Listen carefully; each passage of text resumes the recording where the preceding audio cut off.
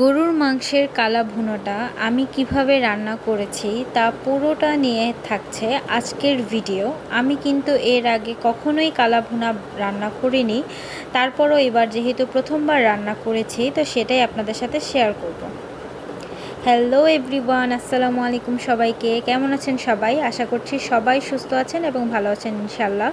তো আজকে আমি কালা ভুনাটা রান্না করব রেডিমেড মশলা দিয়ে। তো এই মশলাটা থাকার কারণে অনেক বেশি সুবিধা হয়েছে, কোনো মশলায় বাটাবাটির ঝামেলাটা থাকবে না।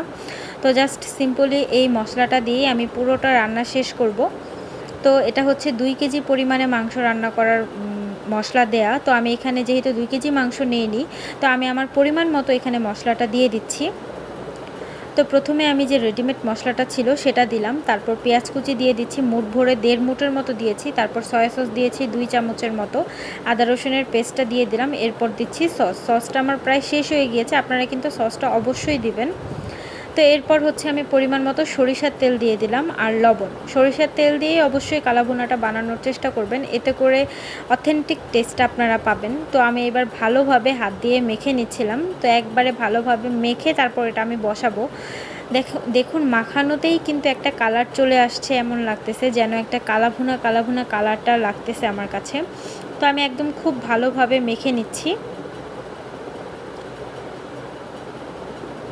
দেখুন সুন্দরভাবে যখন আমার মাখানোটা হয়ে যাবে তখন আমি এর মধ্যে কিন্তু শুধুমাত্র হাত ধোয়া কিছুটা পানি দিব, এর থেকে বেশি পানি কিন্তু এখানে আমি অ্যাড করব না। তো মাখানো যত ভালো হবে খেতে কিন্তু ততটাই ভালো লাগবে। তো এই তো আমার মাখানো শেষ, আমি একদম শুধুমাত্র হাত ধোয়া পানিটুকুই এখানে অ্যাড করছি, এর থেকে বেশি পানি দিচ্ছি না। তো এবার হচ্ছে চুলাটাকে আমি মিডিয়াম আঁচে রেখে চুলাটা অন করে দিব। যেহেতু রেডিমেড রাঁধুনি মশলা দিয়ে আমি রান্নাটা করছি, আমার কিন্তু এক্সট্রা কোনো মশলার প্রয়োজন হয়নি। এখন শুধু নাড়াচাড়া করতে হবে।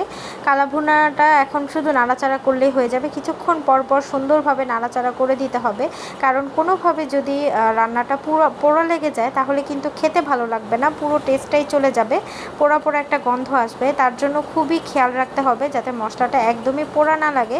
তো দেখুন আমার যখন আমি যে পানিটা মাংস থেকে বের হয়ে এসেছিল সেটা যখন কষাতে কষাতে শুকিয়ে গিয়েছে, তখন আমি কিন্তু কিছুটা গরম পানি অ্যাড করেছি। একদম বেশি গরম পানিও অ্যাড করিনি, আবার একদম কমও না, একদম মাখা মাখা টাইপের পানিটা অ্যাড করেছি যাতে আমার বারবার পানি দেয়া না লাগে। তো দেখুন সুন্দরভাবে আমি কিন্তু বারবার নেড়েচেড়ে দিচ্ছি।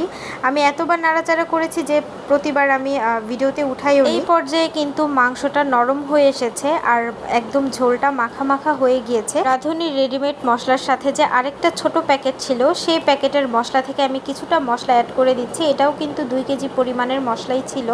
তো এবার হচ্ছে আমি আরও ভালোভাবে নেড়েচেড়ে, এই পর্যায়ে কিন্তু একটু বেশি নাড়াচাড়া করতে হবে যেহেতু ঝোলটা একদম শুকিয়ে গিয়েছে, একদমই লেগে যেতে দেওয়া যাবে না।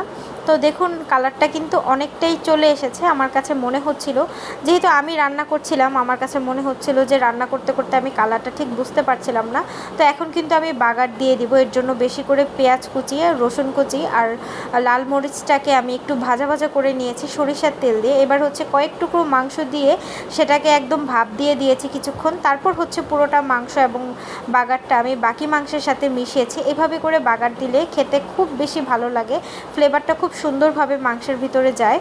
তো দেখুন এখন কিন্তু আমি ভালোভাবে আবার নাড়াচাড়া দিয়ে নিচ্ছি আর এখন কিন্তু খুব সুন্দর একটা কালার চলে এসেছে। এই পর্যায়ে আপনারা ততক্ষণ পর্যন্ত ভাজাভাজি করবেন যতক্ষণ পর্যন্ত আপনাদের কাছে মনে হচ্ছে না যে কালা ভুনার কালারটা চলে এসেছে বা রান্নাটা হয়ে গিয়েছে। ঝোলটা যেহেতু একদমই শুকিয়ে গিয়েছে তাই আমি খুব নাড়াচাড়া করছি, কোনোভাবেই লাগতে দেওয়া যাবে না। তো আমি আর একটু কালো কালো করব, যার কারণে আমি এখনও চুলা থেকে নামাইনি, আরও সুন্দরভাবে নাড়াচাড়া করে ভাজা ভাজা করে নিচ্ছিলাম। কিছুক্ষণ পরে যখন এর মধ্যে কালারটা আর একটু চেঞ্জ হয়ে যাবে তখন হচ্ছে আমি চুলাটা অফ করে দিব। এই দেখুন মাংস থেকে কিন্তু তেল ছেড়ে দিয়েছে আর কালারটাও কিন্তু সুন্দরভাবে চেঞ্জ হয়ে গিয়েছে, কালাভুনা টাইপেরই কালার চলে এসেছে। আমার কিন্তু এই পর্যায়ে দেখতে কালাভুনার মতোই মনে হচ্ছিল আর অনেক বেশি খুশি লাগছিল যে ফাইনালি আমিও কালাভুনা রান্না করতে পেরেছি। আগেকার সময় কিন্তু এই কালাভুনাটা মাংস একসাথে অনেকটুকু রান্না করা হতো আর বারবার ভাজাভাজি করতে করতে মাংসটা কালাভুনার মতো হয়ে যেত। তো ওইটা খেতে কিন্তু অন্য লেভেলের মজা। তো যাই হোক, আমি যেভাবে কালা কালাভুনা করেছি, এটাও খেতে ভালোই লেগেছিল। তো সকালবেলা প্রথমে আমি যেহেতু রান্নাটা রাতে করেছিলাম, আমার হাজব্যান্ডের নাইট ডিউটি ছিল, তো সকালবেলা আসার সময় পরোটা নিয়ে এসেছে আর সেটা দিয়ে কালাভুনাটা প্রথম ট্রাই করা হয়েছে। এত বেশি মজা লেগেছে, ট্রাস্ট মি, অনেক বেশি মজা হয়েছে। আপনারা কিন্তু অবশ্যই একবার ট্রাই করে দেখতে পারেন। আর রেডিমেড মশলা দিয়ে রান্না করলে একদমই ঝামেলা মনে হবে না, খুব সহজেই রান্না করে ফেলতে পারবেন। তো এই তো আমার কালাভুনাটা একদম রেডি। আর আমাদের কাছে তো বেশ ভালো লেগেছে, আপনাদের কাছে কেমন লেগেছে দেখতে সেটা কিন্তু কমেন্ট করে আমাকে জানাতে পারেন। সো আজকের ভিডিও এই পর্যন্তই। ভালো থাকবেন সবাই এবং আমাদের জন্য দোয়া করবেন। আসসালামু আলাইকুম, আল্লাহ হাফেজ।